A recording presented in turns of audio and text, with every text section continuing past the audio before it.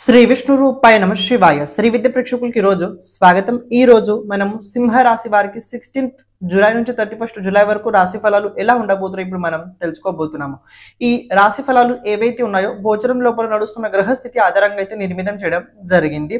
ఎవరైతే మన ఈ ఛానల్ని ఫస్ట్ టైం చూస్తున్నారో, ఎవరైతే మన ఈ ఛానల్ని ఇంతవరకు సబ్స్క్రైబ్ చేసుకోవద్దు, తప్పకుండా ఈ ఛానల్ సబ్స్క్రైబ్ చేసి పెట్టుకోవడానికి మీరు ప్రయత్నించండి. కమెంట్ లోపల ప్రతి ఒక్కరు శ్రీ విష్ణు రూపాయ నమ శివాయని కమెంట్ చేయండి.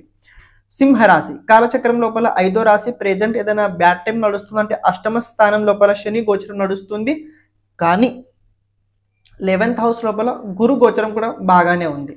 చూడండి, మీకు ప్రెజెంట్ కొన్ని గ్రహాలు అనుకూలంగా లేకున్నా కూడా గురువు ఒక్కడు మిమ్మల్ని కొన్ని విషయాల్లో కాపాడబడుతున్నాడు. గురువు మిమ్మల్ని కొన్ని విషయాల లోపల మిమ్మల్ని కాపాడుతున్నాడు. మీ రాశి పైనే కేతు ఉన్నాడు, మీ రాశి పైనే కుజుడు ఉన్నాడు. మీరు గమనించినట్లయితే దాదాపు ఒక 2-3 months నుంచి కొద్దిగా కోపం చాలా పెరిగింది, కానీ కొద్దిగా కన్ఫ్యూజన్ కూడా చాలా వస్తుంది. అంటే లైఫ్కి పట్ల, కెరియర్కి సంబంధించిన విషయాల లోపల సరైన నిర్ణయాలు మీరు సరిగ్గా తీసుకోలేకపోతున్నారు. ఓకే, ఇప్పుడు రాబోయే రోజులు కనుక చూసుకున్నట్లయితే మీ రాశాధిపతి సూర్యుడు ద్వాదశ స్థానం లోపల బుధుడు వెంట ఉన్నాడు. ఫైనాన్స్ పరంగా సింహరాశి వారు రాబోయే రోజుల్లో ఎలాంటి కొత్త నిర్ణయాలు అస్సలు తీసుకోకండి. అది మీకు అంత అనుకూలంగా సమయం అయితే కనిపించట్లేదు. కొన్ని ఖర్చులు భయంకరంగా అవుతాయి, అనవసరంగా అవుతాయి. మీ ఆరోగ్యం పట్ల ఖర్చులు అవుతాయి, అంటే అనవసరంగా చెప్పే కన్నా మీ హెల్త్ పట్లనే ఖర్చులు అవుతాయి, మీ పైననే ఖర్చులు అవుతాయి. భౌతిక జీవితం లోపల అవ్వాల్సిన ఖర్చులు కూడా అవుతుంటాయి. ఇంకొక విషయం కనుక గమనించినట్లయితే సూర్యుడితో పాటు ఇక్కడ బుధుడు 11th లార్డ్ కూడా ఉన్నాడు. ఇదే సమయ కాలం లోపల కొన్ని దాన ధర్మాలు కూడా మీతో అవుతుంటాయి, మీ దశమాధిపతి తృతీయాధిపతి దశమ స్థానంలోనే ఉన్నాడు, కానీ సాటర్న్ 3rd ఆస్పెక్ట్ ఉండడం వల్ల మీరు ఏవైతే పని చేయాలని అనుకుంటున్నారో, ఎక్కడైతే మీరు సరిగ్గా ప్లాన్ చేసి ట్రావెలింగ్ చేస్తున్నారో అక్కడ ఆ చోటు సరిగ్గా పనులు అవ్వవు, అనుకున్న రకంగా పనులు అవ్వవు.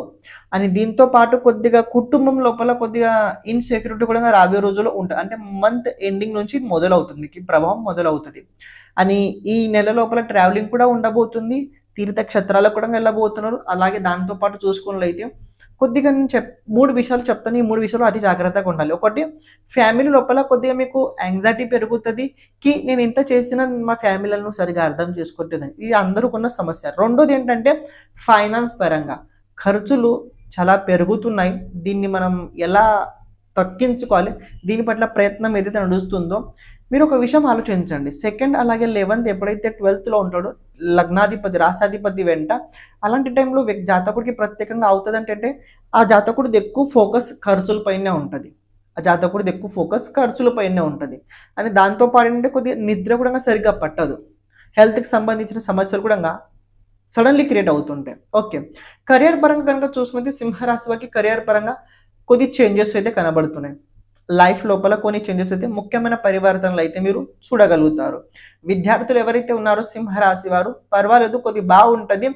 ఇంతకు ముందు చేసిన తప్పు రాబోయే రోజుల్లో చేసే అవకాశాలు కనిపించట్లేదు, కానీ మీరు ఏవైతే నిర్ణయాలు తీసుకోబోతున్నారో ఆ నిర్ణయాల లోపల కొద్దిగా ఆటంకులు ఎక్కువ కనబడుతున్నాయి. సో నేను చెప్పాల్సిన ముఖ్య విషయం ఏంటంటే, మీరు ఏదైనా నిర్ణయం తీసుకోవాలనుకున్నట్లయితే మీకన్నా పెద్దవారు ఎవరైనా ఉన్నట్లయితే వాళ్ళ సలహా సూచనలు తీసుకొని ముందుకెళ్ళండి.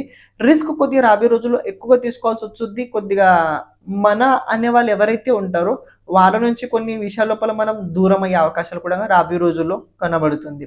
అలాగే ఆరోగ్యం కొద్దిగా జాగ్రత్తగా చూసుకోండి. కొద్దిగా రాబోయే రోజుల్లో ఒక ముఖ్యమైన విషయం ఏంటంటే, అష్టమ స్థానం లోపల 6th లార్డ్ ఉండడం వల్ల ఎవరికైతే బై బర్త్ ప్రెజెంట్ దశ సరిగా లేకున్నట్లయితే, కేతు మహాదశ, శుక్ర లేకపోతే ఏదైనా పాపగ్రహాల దశ అంతర్దశ కనుక ఉన్నట్లయితే కొద్దిగా ఇబ్బంది కూడా మీకు ఉండబోతుంది.